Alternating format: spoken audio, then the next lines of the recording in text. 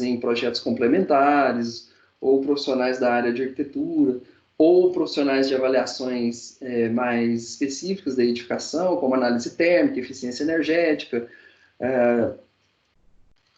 acústica, luminotécnica, enfim, você tem um conjunto de profissionais que o ideal seria estar trabalhando numa base comum, que seria exatamente esse edifício virtual, né?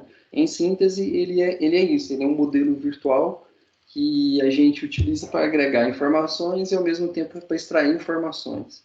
Então, a planta, né, a planta baixa, o projeto, tudo aquilo que a gente está acostumado a trabalhar no modelo anterior, né, até utilizando softwares 2D muito popular aí, como o AutoCAD, muda bastante esse processo de construção, né? Já não é mais um desenho 2D, mas é um punhado de elementos que têm propriedades. É claro que são objetos ainda virtuais, né? Mas que já têm propriedades. Bom, eu trouxe aí pelo menos esses 3 conceitos para a gente começar a discutir o que seria exatamente o BIM, né? O que seria essa metodologia BIM. Esses 3 conceitos eu extraí daquele livro, né? O Manual de BIM.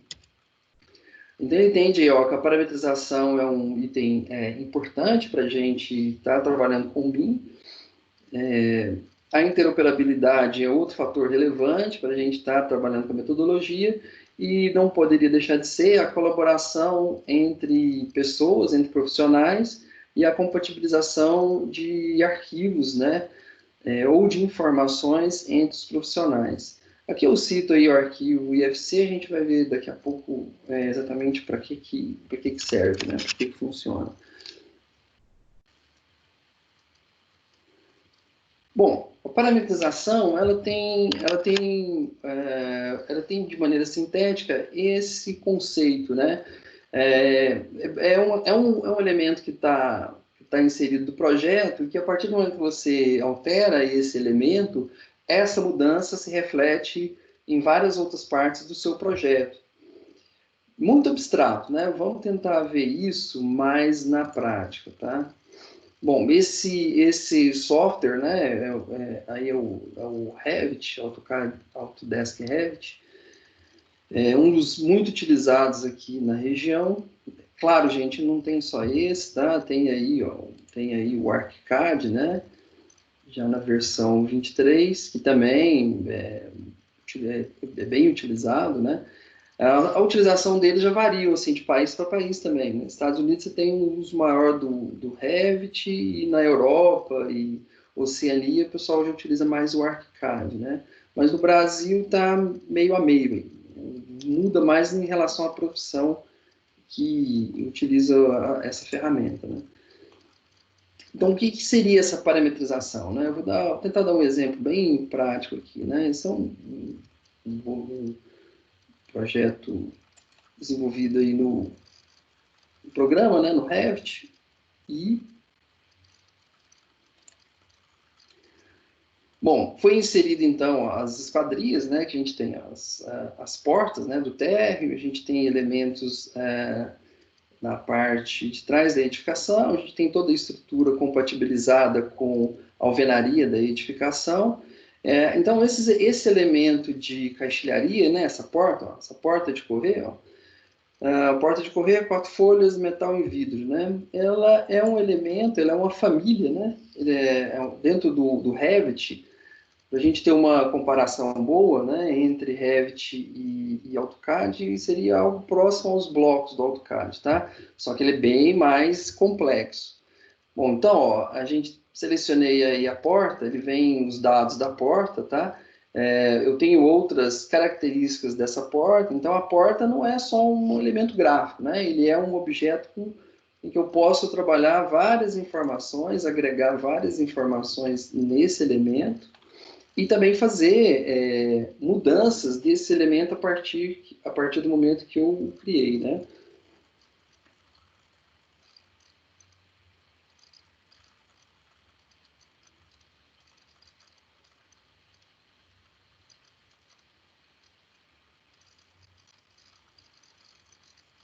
Bom, então eu posso editar esse elemento, ele representa esse elemento em 2D, mas outras, enfim, tem outras vistas desse mesmo objeto.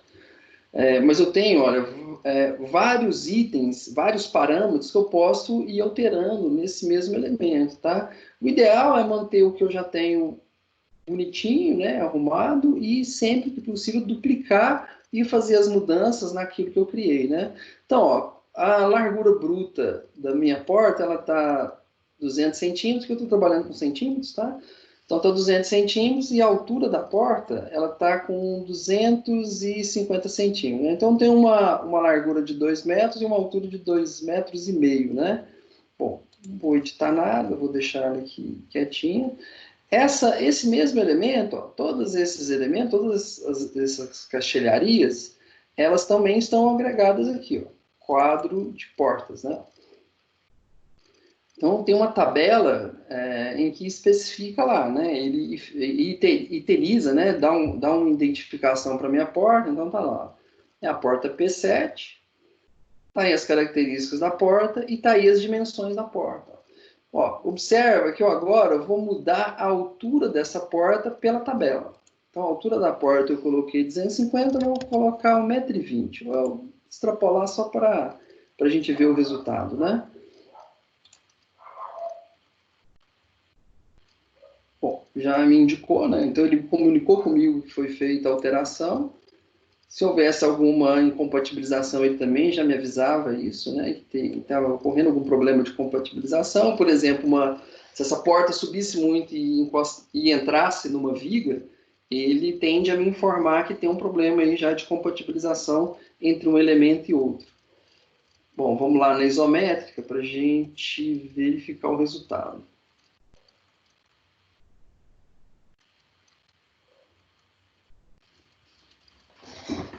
Tá, outra isométrica.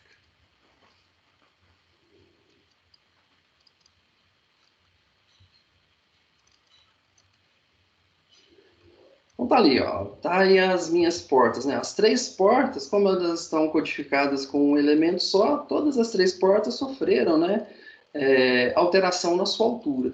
Aqui tá uma estrutura simples, né? Mas eu posso já, a partir daí, criar uma tabela de materiais dizendo o preço de cada um desses elementos, né? De cada uma dessas esquadrias, né? Ou dessas portas. Se eu alterar as suas características, claro, aí demanda uma forma de organizar a tabela que ele também detecte essa mudança, né? Então, se eu alterar essas características, ele vai e atualiza nessa tabela de orçamento também, né? Dizendo, janela com tal dimensão ela tem outro preço, né? Não tem o preço daquela porta anterior, né? Bom, então, agora vamos alterar o tamanho aqui pelo processo gráfico, né? Vamos editar aqui o nosso bloco.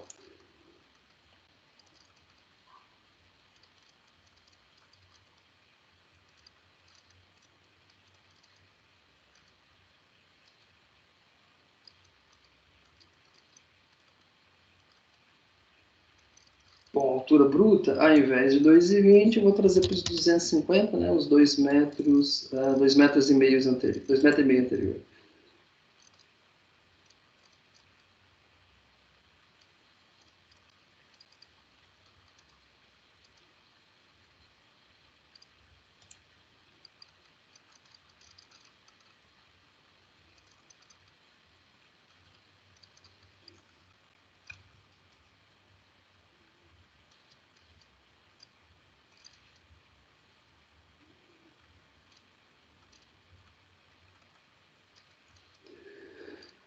Bom, então, tá aí, atualizou, né? Todas as minhas portas, né? Todas as minhas portas foram atualizadas. Vamos conferir se lá no quadro de portas, né? Se ele também sofreu atualização.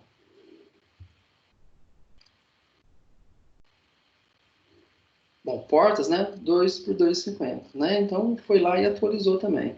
Então, esse é o que a gente chama, esse é o conceito, né, de parametrização, né, aplicada aí ao objeto. Ou seja, uma mudança que eu fiz, ele está mostrando essa mudança em vários elementos do meu projeto, tá?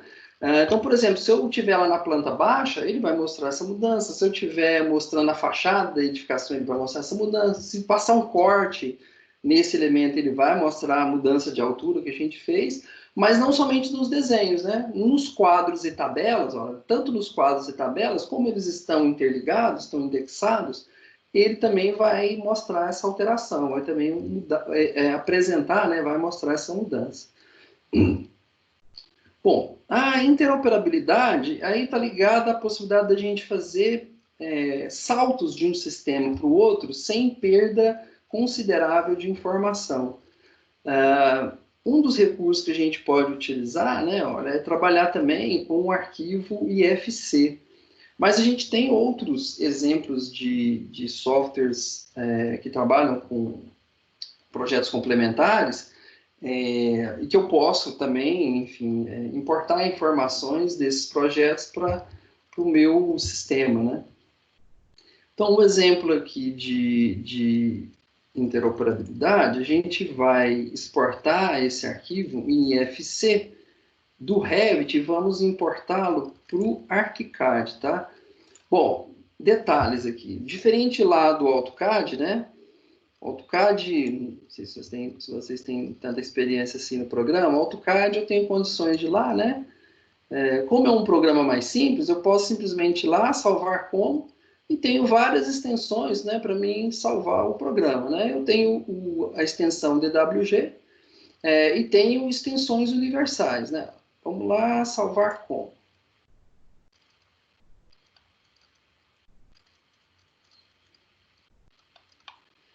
Bom, posso vir aqui, ó, tipo de arquivo, salvar em versões mais antigas, né, do AutoCAD, ou a versão atual, ou versões mais antigas do AutoCAD, ou trabalhar com extensões universais, ó, extensões em DXF, por exemplo.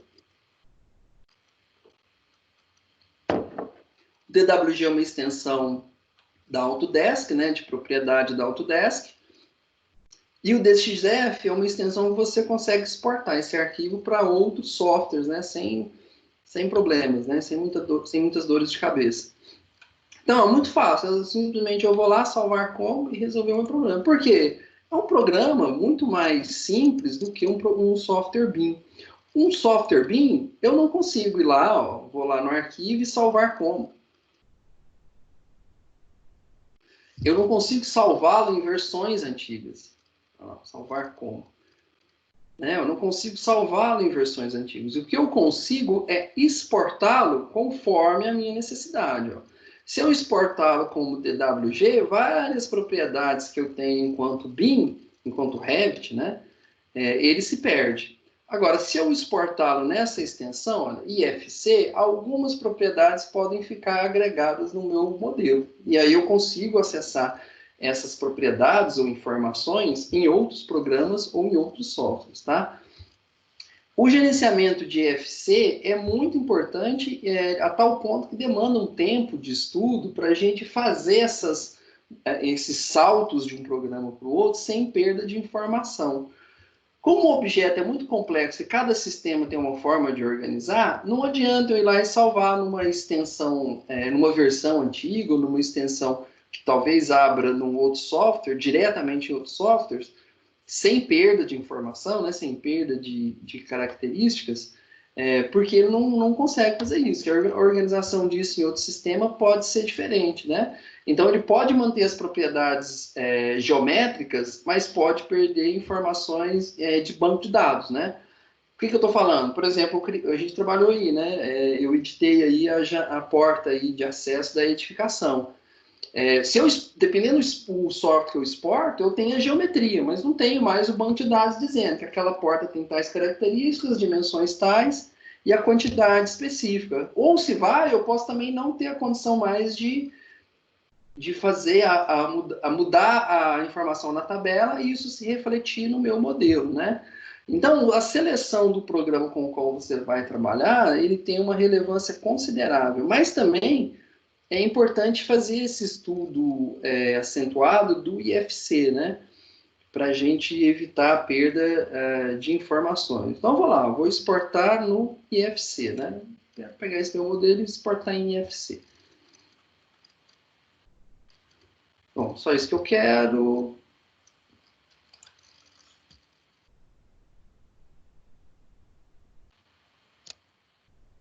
Já está onde eu quero. Bom, então ele tem algumas possibilidades, ó, de trabalhar outros modelos de IFC, né? Demanda, de novo, demanda um foco nesse conteúdo, não é o nosso objetivo aqui agora. E vamos lá, ó, vamos exportar. Tá, deixa eu procurar aqui, deixa eu verificar se não tem nenhum, porque eu exportei mais cedo.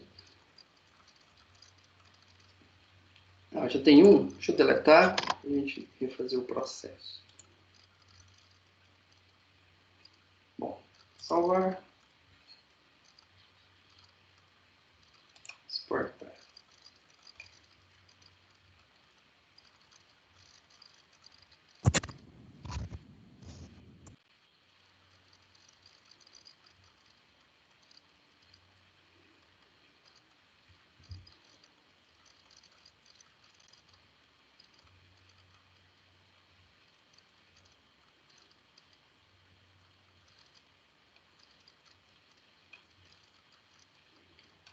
Bom, isso vai levar um tempinho, daqui a pouco a gente volta. Bom, e dentro dos conceitos de BIM, a gente tem a possibilidade de colaboração ou compartilhabilização de informações. Também pode-se trabalhar com o IFC, né, com a exportação de arquivos em IFC. A compatibilização e colaboração, normalmente, você contrata, você faz lá um projeto, né, sei lá, dentro da área de arquitetura, né, então acaba tendo um enfoque mais arquitetônico. E aí, aquele processo de terceirizar os projetos complementares, né? Então, o estrutural ele vai para o engenheiro estrutural, o hidráulico ele vai para o engenheiro ligado à área de hidráulica, especializado em hidráulico, o elétrico ele vai para o profissional da parte elétrica, né?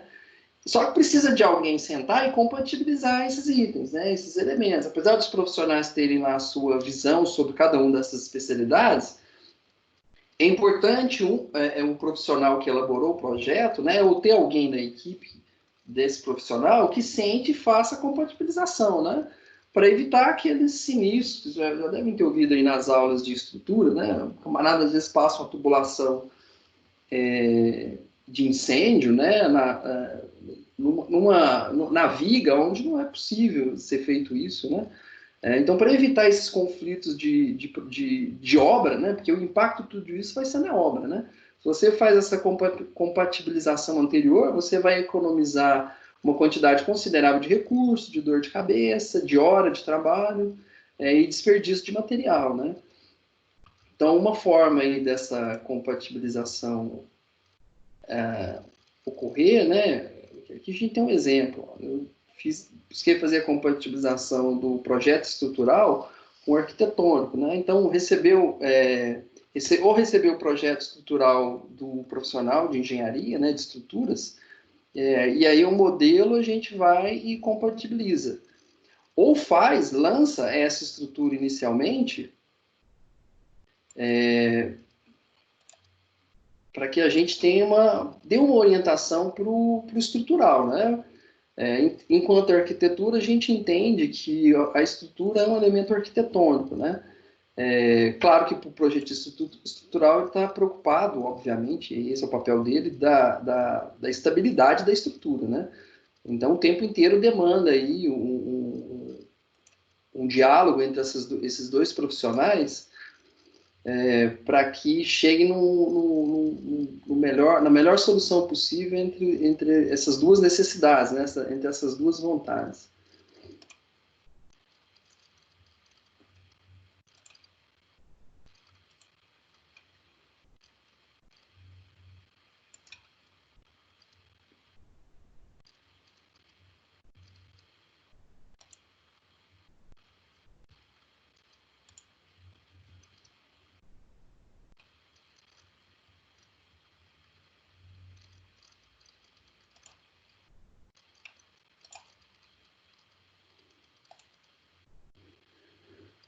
Bom, então eu tenho condições de fazer essa. Aqui eu estou analisando só a estrutura, né, gente? Como, de novo, tentei simplificar para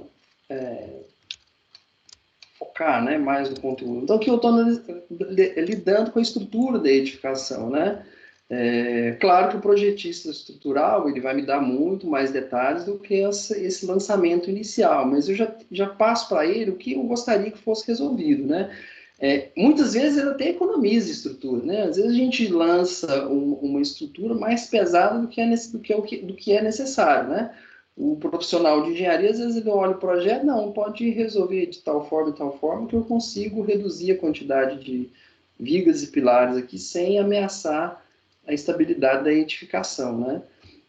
Então, o que a gente normalmente vai fazer é puxar esse arquivo complementar e ir compatibilizando ele com outros, com o projeto arquitetônico, né? Verificando onde é que tem alguma incompatibilidade, né? Ou algum conflito, para que a gente tenha condições de resolver isso enquanto está no modelo tridimensional, né?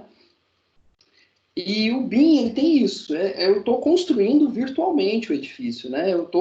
Já não é mais aquela lógica de desenho bidimensional, né? Eu estou literalmente construindo esse objeto em termos de informações que tem uma relação com a realidade muito grande, né? Bom, então lá no ArchiCAD, né, a gente vai abrir o nosso IFC. Lembrar que o ArchiCAD, né, já é um software de outra empresa, né, não é a mesma da Autodesk. Então, só assim eu consigo vir e importar, né, importar o meu modelo para o ArchiCAD. Assim como outros softwares, tá, que se trabalha com a lógica BIM, né. Por isso é importante entender um pouco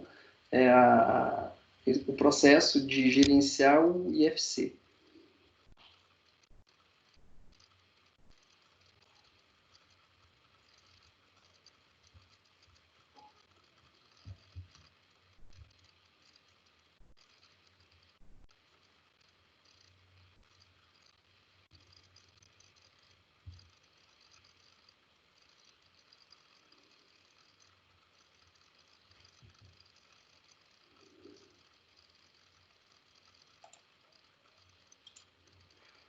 Bom, outro fator importante que eu já havia comentado enquanto tá, gente? Vou só retomar esse conteúdo. Outro fator importante, enquanto está trabalhando com o BIM, é de fato a colaboração, né? Eu já havia comentado entre os profissionais do escritório, ou entre os profissionais fora do escritório, ou até os fornecedores, né, de materiais com os quais a gente vai trabalhar, né?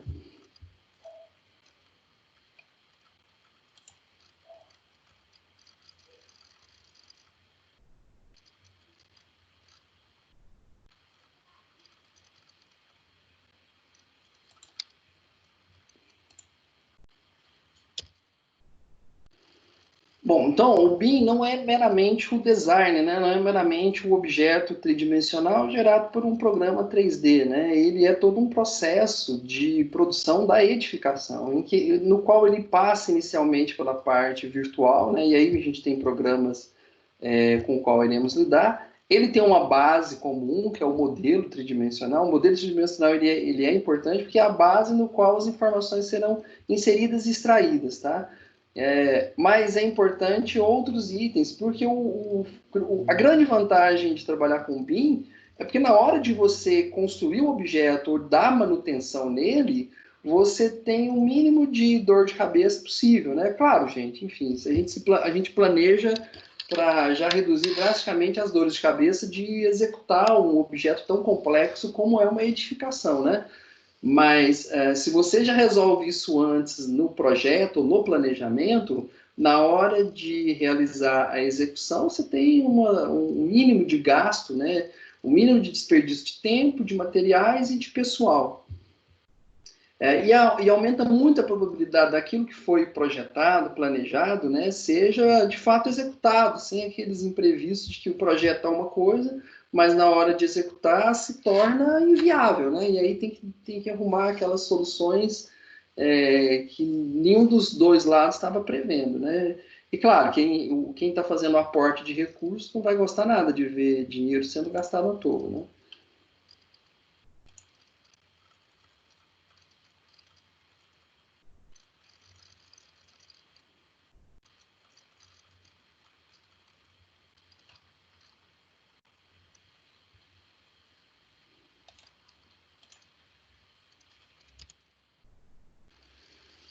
Até para essa imagem eu achei boa, né? Até para retirar a responsabilidade do software, né? Porque achar que tudo tem que ficar preso no software. Não, meu modelo eu posso estar extraindo, inserindo ou extraindo informações em nuvem, né?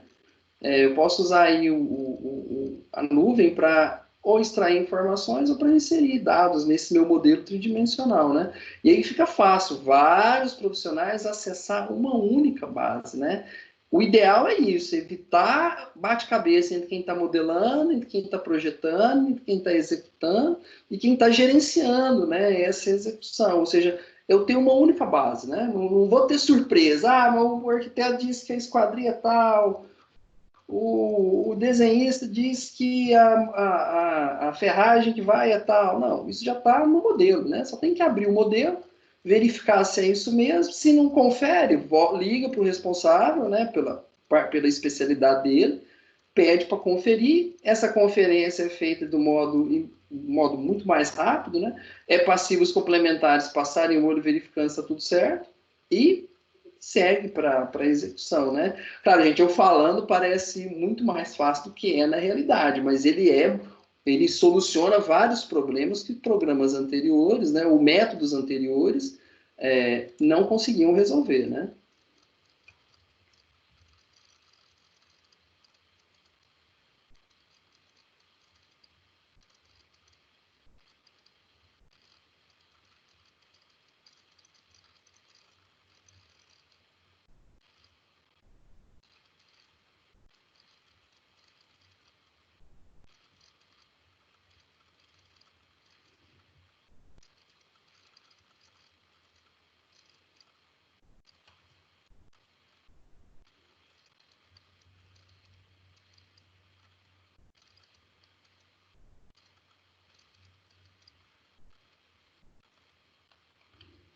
Bom, tá, ele trouxe a planta baixa, né, lá do AutoCAD, ou perdão, lá do Revit, né? Vamos conferir agora a volumetria, né? Se perdeu alguma informação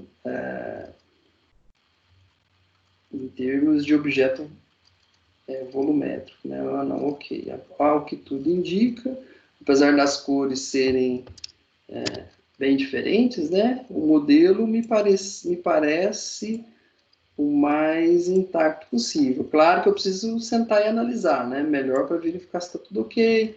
Se alterar um parâmetro ou outro, ele vai se refletir nas várias informações que a gente criou lá no outro programa, né? Mas ok, a importação do IFC, a priori, deu tudo certo, né?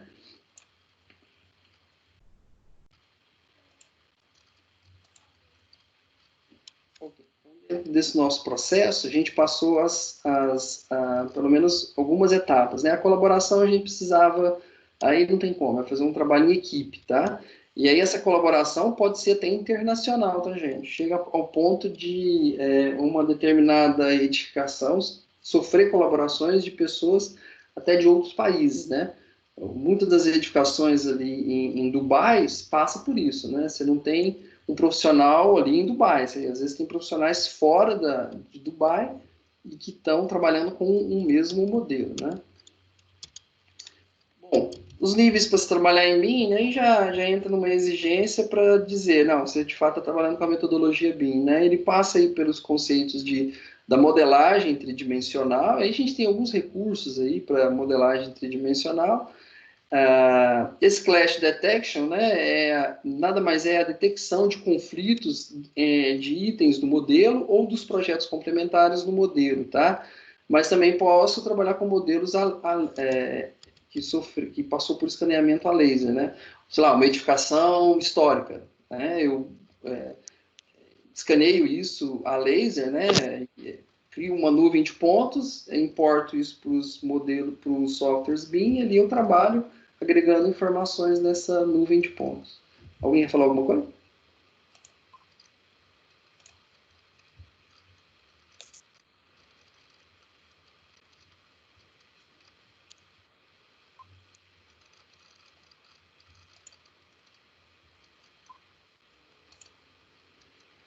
Bom, tem aí o 4D que já tem empresa utilizando, né? O que a gente chama de cronograma de orçamento, perdão.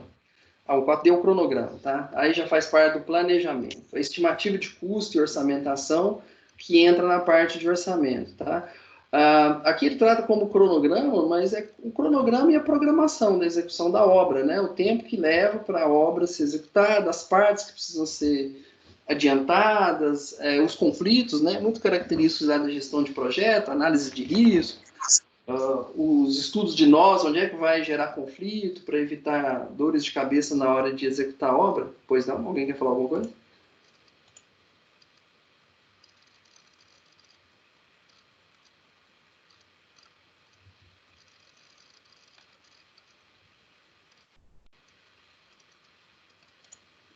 Bom, a estimativa de custo já seria algo próximo a um orçamento parametrizado, né? O que eu havia comentado. Você tem enfim, uma tabela de orçamento em que você tem isso parametrizado. Então, se você mudou o material de revestimento do banheiro, por exemplo, isso vai ser refletido nessa planilha, né, de orçamentação.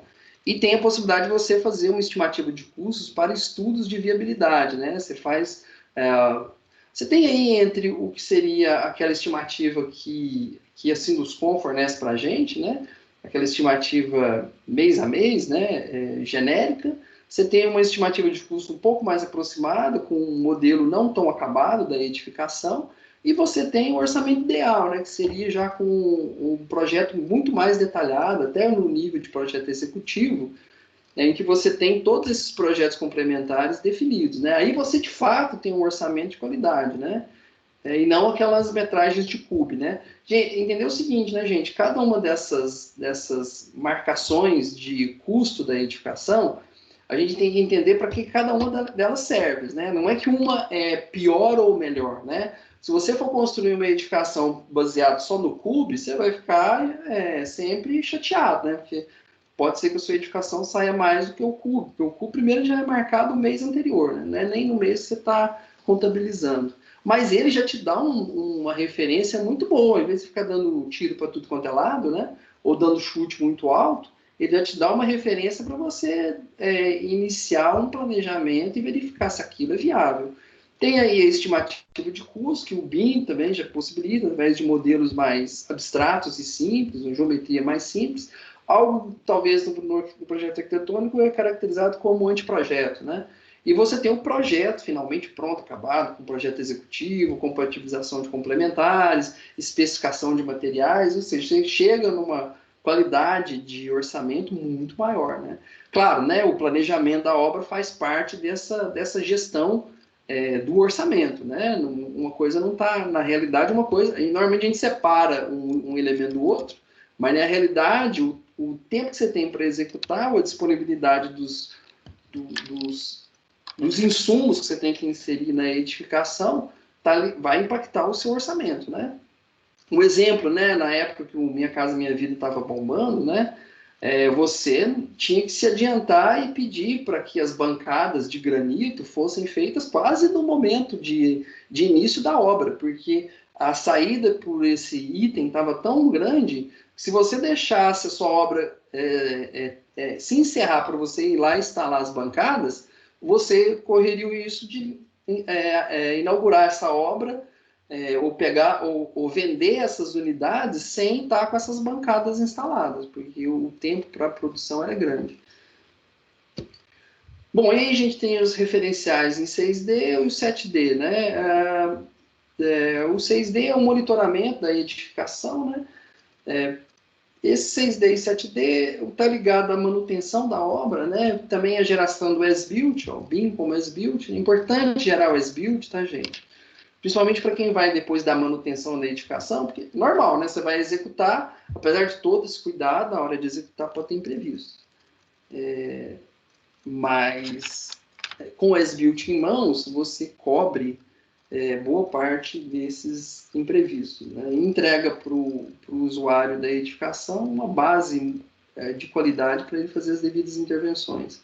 Bom, e tem aí o 7D que é ligado aí à sustentabilidade ou controle energético da edificação. Principalmente a eficiência energética da edificação e as certificações em termos de certificações em LEED, né, ou outras etiquetagens da edificação. Onde a gente está de maneira geral hoje, né? O que a gente tem de modo bem genérico, eu vou falar, gente, de Uberlândia, tá? Porque no país muda muito aí. A gente já tem empresas trabalhando com etapas mais avançadas. Mas eu acho que em Uberlândia, muito que a gente tem visto é mais essa parte de modelagem em BIM, que aí esse namoro, né, essa paixão que a gente acaba adquirindo pelos programas e pelos softwares. Tem empresas, já comentei, né, tem construtoras que já trabalham com esse orçamento parametrizado, tá? E é provável que eles já insiram essa parte de planejamento, mas isso é uma quantidade pequena, até onde eu sei, tá? Mas demanda também uma pesquisa mais efetiva para a gente dizer algo com uma qualidade, uma acurácia melhor, né?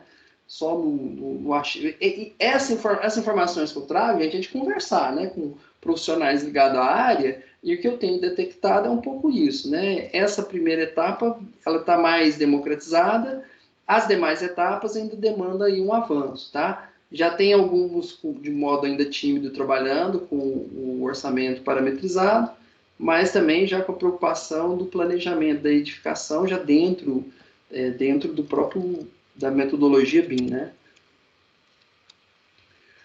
Bom, então, trabalhar com BIM demanda um investimento em peopleware, hardware e software, né? O hardware vocês viram, né? O meu laptop aqui sofreu para abrir e fechar os arquivos, né?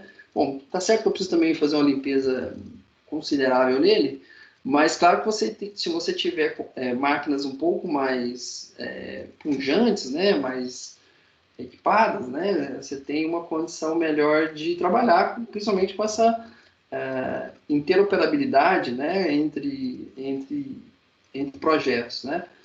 Então, demanda um certo investimento de equipamento, né? É importante planejar, entender se você vai trabalhar com uma rede instalada no seu escritório, na sua construtora, ou se vai trabalhar via nuvem, né?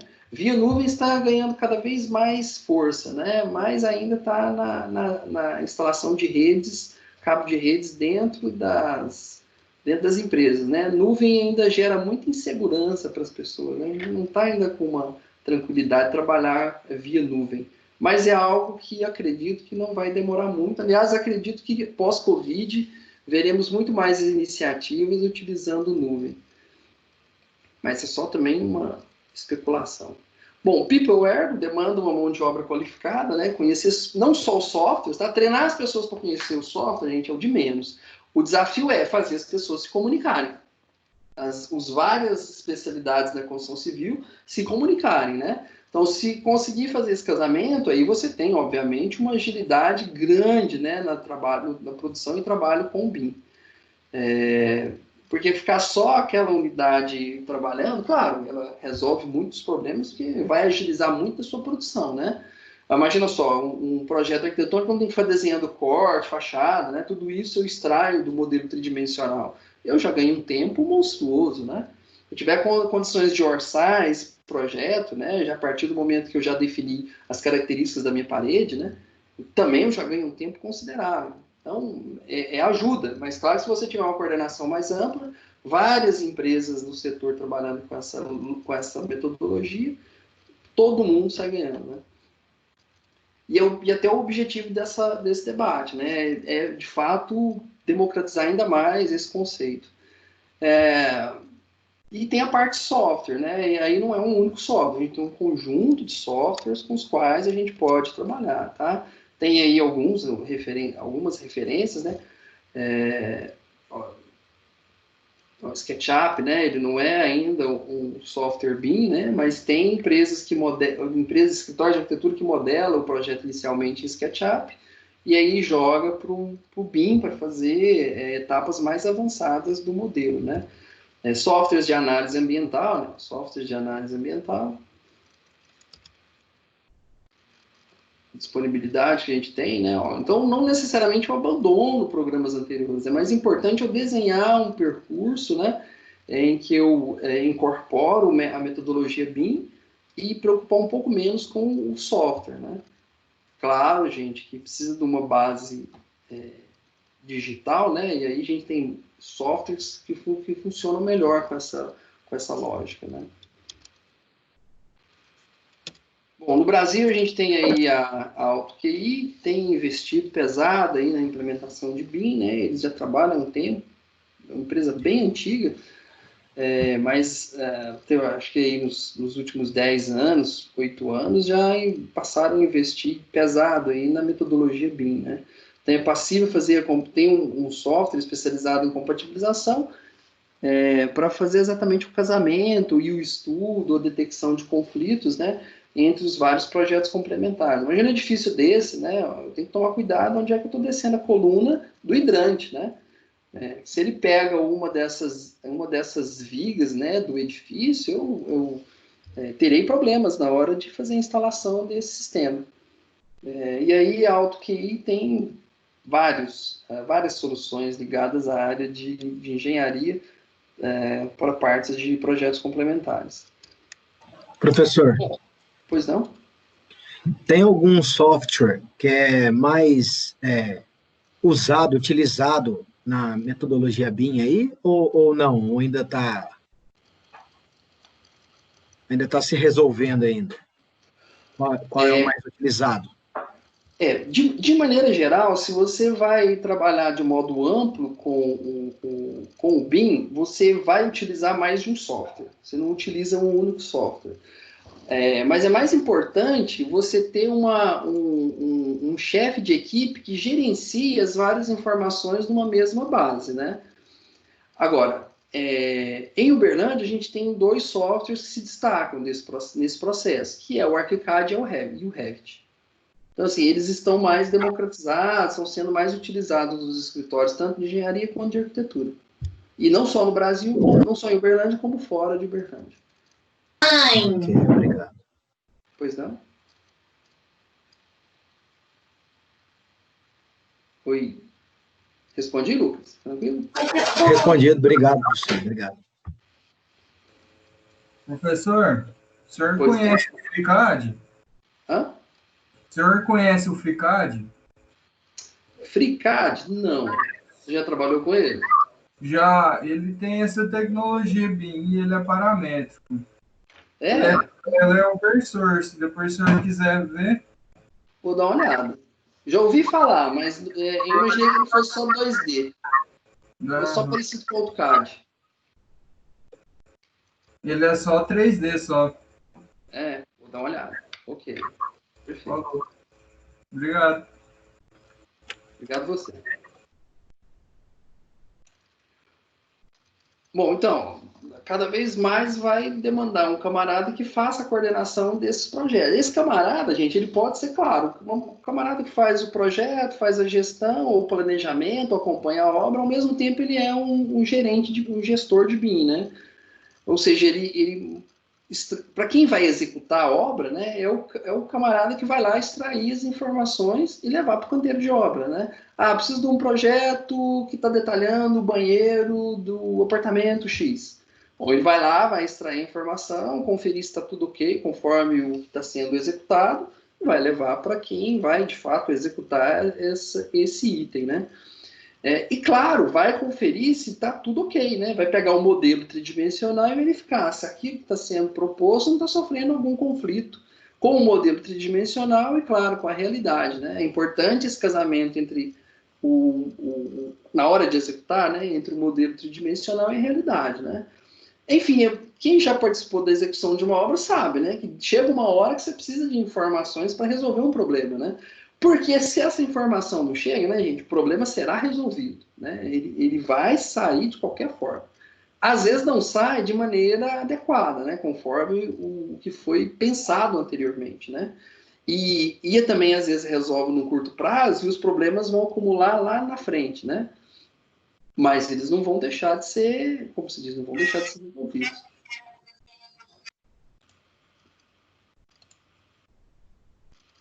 Pois não?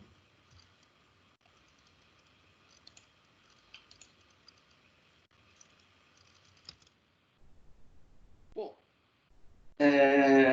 em termos de arquitetura, né, voltado mais especificamente para a área de arquitetura, a gente tem aí programas, né, que subverte um pouco aquele método tradicional, né, ligado aí ao modernismo da arquitetura, que era pensar a planta, né? Normalmente a gente pensa a planta, o resultado bom, onde é que vai alocar o mobiliário, quais as áreas de circulação que a gente vai deixar, onde vão estar as aberturas, né, portas e janelas, e a partir daí a gente chega no volume, né? A gente delimita pé direito, onde é que vem a cobertura, enfim, toda a origem do projeto nasce da planta, da distribuição da planta, né? É corredor, qual é a largura de corredor, enfim, tudo sai exatamente dessa planta, né? Mas existem outros métodos de projeção, né? Você imagina você tem um terreno valorizado numa região importante da cidade, te contratam para fazer um projeto que é uma referência nessa localidade, e aí você vai fazer um caixote, né? Simples, sem muito atrativo. Bom, se você for provocado a fazer um projeto que marca aquele local, né? Se os investidores estão a fim de bancar, né? Imagina só um hospital, né? Você já vai pensar isso em termos de volumetria, né? Então você já vai pensar a localização desse prisma, desse objeto, já de formas mais abstratas e chegando a detalhar. Os softwares de BIM, ou os programas com os quais a gente trabalha, ele permite isso, não necessariamente partir da planta, né, mas eu posso partir do volume e ir definindo o meu programa. Qual que é o mais fácil? Normalmente, um tem vantagens que o outro não tem, o outro tem vantagens que o anterior não tem, né? Então aqui eu consigo criar uma referência arquitetônica importante para a localidade, né, para essa região. Mas eu preciso, obviamente, conferir se todos os espaços necessários vão atender o meu programa ou a necessidade do meu cliente, né? Então não basta imaginar algo nesse sentido sem estar atendendo o outro lado, né? Mas eu tenho possibilidades, eu tenho recursos hoje em dia para partir de volumes abstratos e chegar no objeto que eu quero, tá?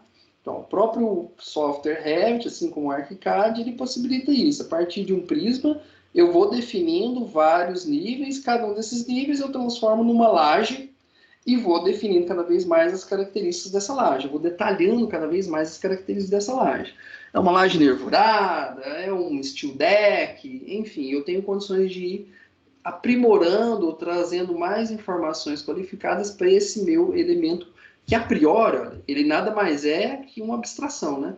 São planos, vários planos, espaçados com uma determinada distância, que não tem muita informação, mas que eu vou agregando cada vez mais informações, até que finalmente a minha obra está pronta em termos digitais e passível de ser implementada em termos reais. Bom, isso aí já é um pouco a extrapolação da lei de programação visual, né, que o Grasshopper do ArchiCAD permite.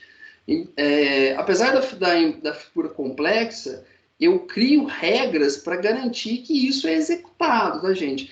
Esses softwares vão exigir cada vez mais do arquiteto um raciocínio construtivo muito grande, né? Muito grande. Não é mais um desenho aleatório, nunca foi, né? Bom, depende do profissional, mas não é mais um desenho muito aberto, assim. Se você está propondo formas, né? Formas exóticas, você tem que dar a solução para isso, porque alguém vai ter que executar, né? E aí o software, ele te obriga a ter esse raciocínio construtivo.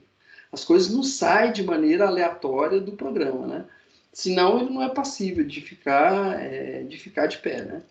Bom, esse aí é o Dynamo, que é mesma lógica de programação visual, né? Só que aí ele é atrelado ao Revit, né? Já é uma programação visual do Revit. Outro exemplo de aplicação do Dynamo, né? Olha, tem uma estrutura metálica que está sendo vedada por vários painéis de vidro, né? O vidro ele não está curvo aqui, o vidro é reto, né? Ele tem cada um sofre um recorte conforme cada um desses quadradinhos, né? Mas aqui ele não é curvo. Aliás, nem a própria estrutura metálica é curva, né? Na verdade, ela é um cilindro reto que vai sofrendo diversas inclinações. Quando a gente avalia a distância, parece que é curvo, né?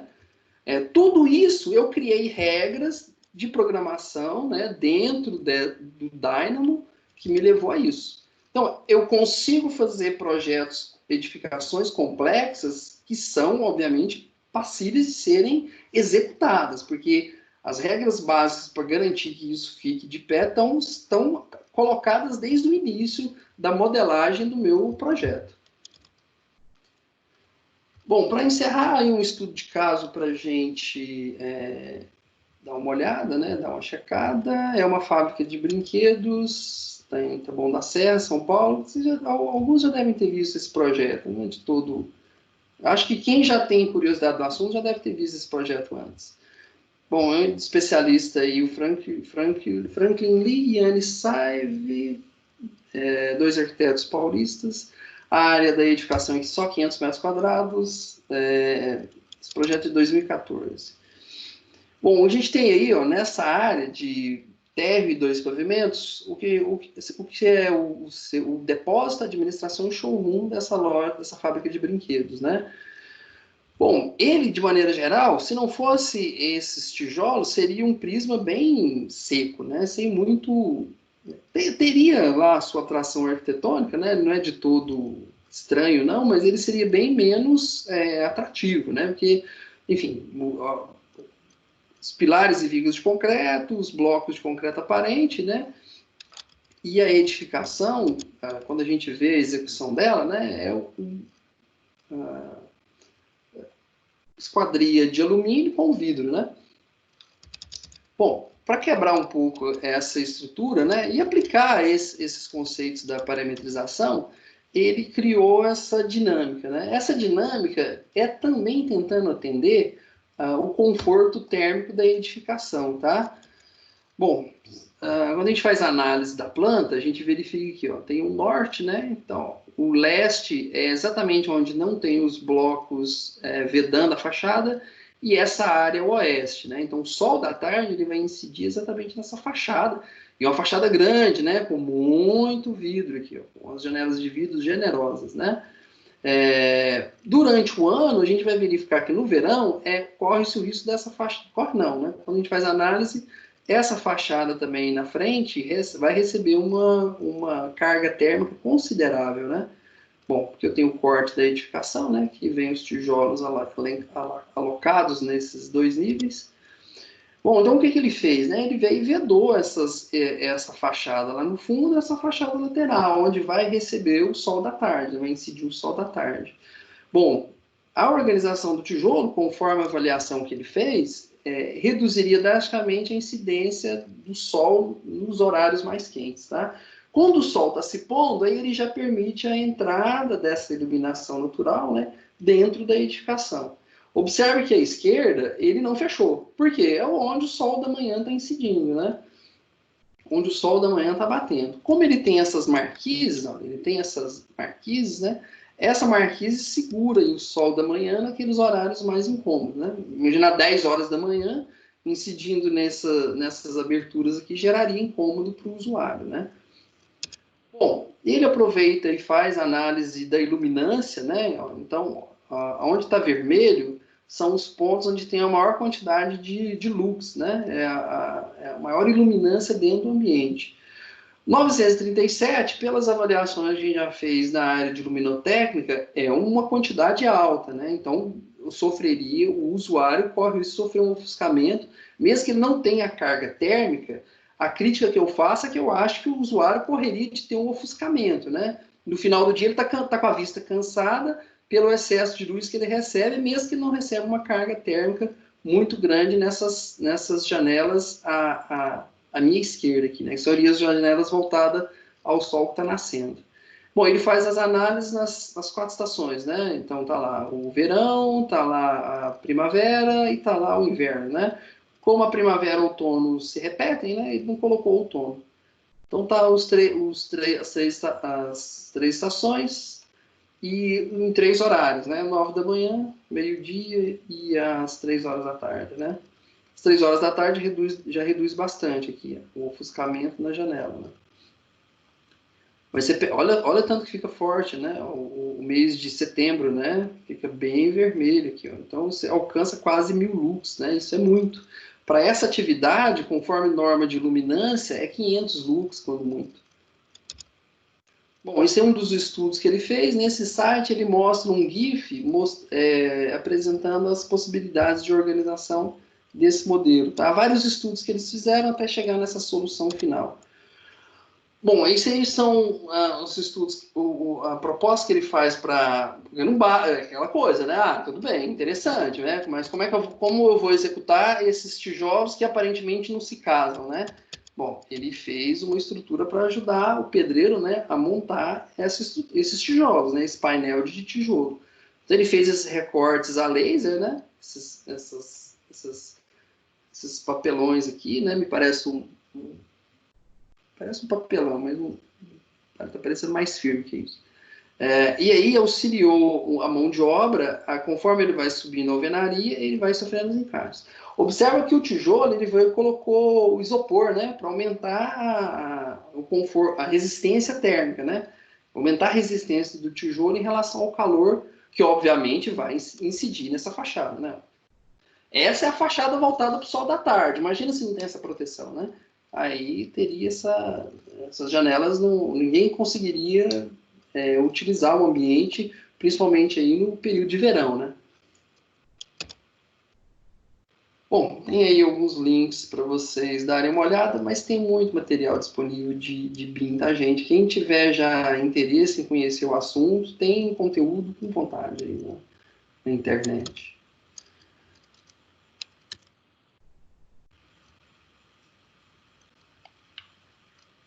Bom, eu vou só... Um fim, né, mas não vai ser um fim, tá? Só para quem está começando, a gente vê essa diferença entre CAD e o software BIM, né? Então tá lá, o CAD, na minha parede, ó, ele é só duas linhas, né?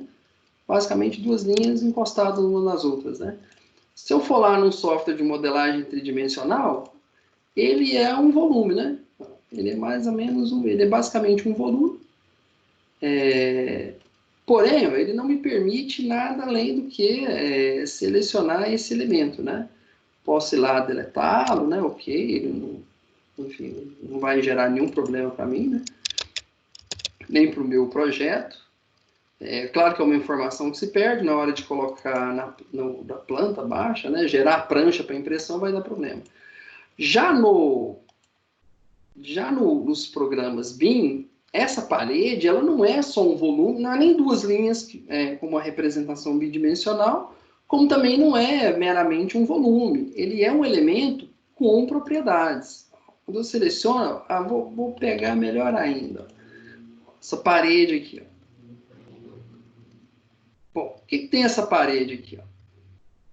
Ele diz que é uma parede de dupla face, uma parede cujo resultado final é 15 centímetros.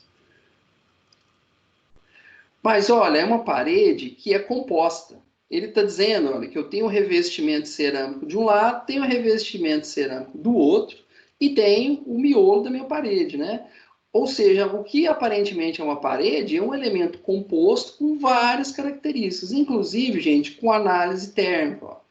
Então tá lá, resistência térmica do metro quadrado da parede. Tem aqui, ó. Então tem condições de fazer análise térmica dessa parede, né? Claro, se essa parede tivesse voltada para o exterior da minha edificação, né? Então, o que era parede, na verdade, ó, ele é uma composição de alvenaria, azulejo cerâmico de um lado, azulejo cerâmico de outro. Alvenaria de 3, azulejo cerâmico de 1 centímetro de um lado do outro. Isso, gente, eu ainda simplifiquei, mais por questões de representação, porque eu posso literalmente criar uma camada dizendo, ó, essa aqui é a argamassa de assentamento da cerâmica, né? Coloco lá 0,5 centímetros, né? E depois coloco finalmente o meu azulejo cerâmico. Eu posso entrar nesse nível de detalhe. Se eu quiser um orçamento acurado, basta eu entrar nesse nível de detalhe. Dá trabalho fazer isso? Inicialmente dá, porque eu tenho que configurar isso conforme a minha necessidade. Mas a partir da primeira configuração, o seu projeto já está padronizado. Os projetos futuros vai te economizar todo o tempo que você perdeu fazendo isso, fazendo essa alocação inicial. Gente, obrigado pela presença. Agora estamos abertos a dúvidas, né? A esclarecer algumas dúvidas. E é isso.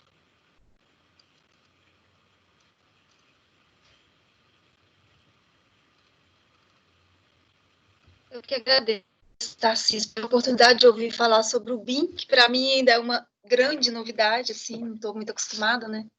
Mas achei bem interessante, que eu estava bem curiosa. Muito obrigada. Opa, Simone, boa noite. Obrigado a você. Desculpe, cheguei um pouco atrasada, aconteceu um imprevisto, enfim. Mas deu para entender, sim, alguma coisa. Obrigada. Ok.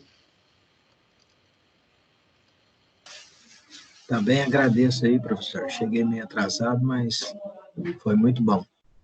Eu sou meio curioso, eu já fiz o download do Revit no meu notebook. Eu comecei já a dar umas fuçadas nele aqui, vendo umas videoaulas na internet, mas muito legal. Ah, que bom. Hoje tem muito material disponível, né? Nossa. Professor, obrigado. Fica a dica aí do FreeCAD para eu pesquisar. Vou dar uma olhada assim. Maior cuidado. Tem bastante vídeo lá, viu? É, tá. Vou dar uma olhada ali. Falou. Professor, o Arcade é da Autodesk também? Não, o ArchiCAD ele não é da Autodesk, ele é da Graphisoft. Ah, tá. Beleza. É de outra empresa.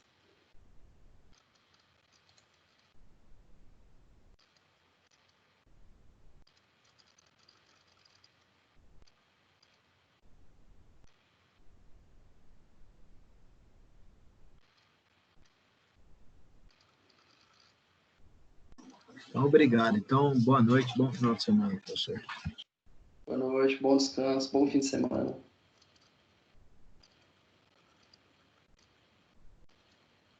Professor, boa noite. Boa noite, bom descanso. Tudo bem? Boa noite. Tem mais eu para me entender alguma coisa.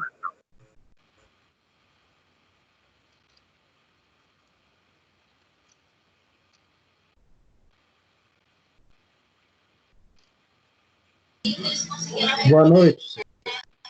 Boa noite, até mais. Bom descanso, bom fim de semana.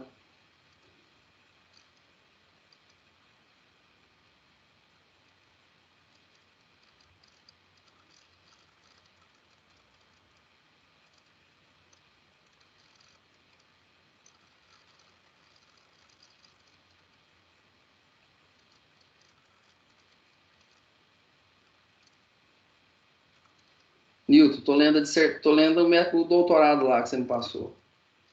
Tô na metade dele.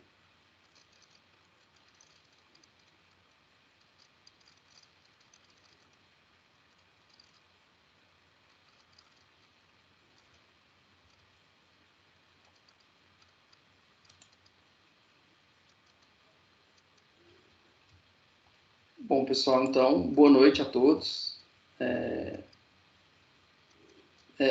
Lembrar que o Sinduscom tá tendo aí alguns seminários também ligados ao BIM. Dia 15 vai ter uma live do Sinduscom tratando também desse conteúdo, tá? Então, se vocês derem uma olhada no site, tem como fazer as inscrições ainda.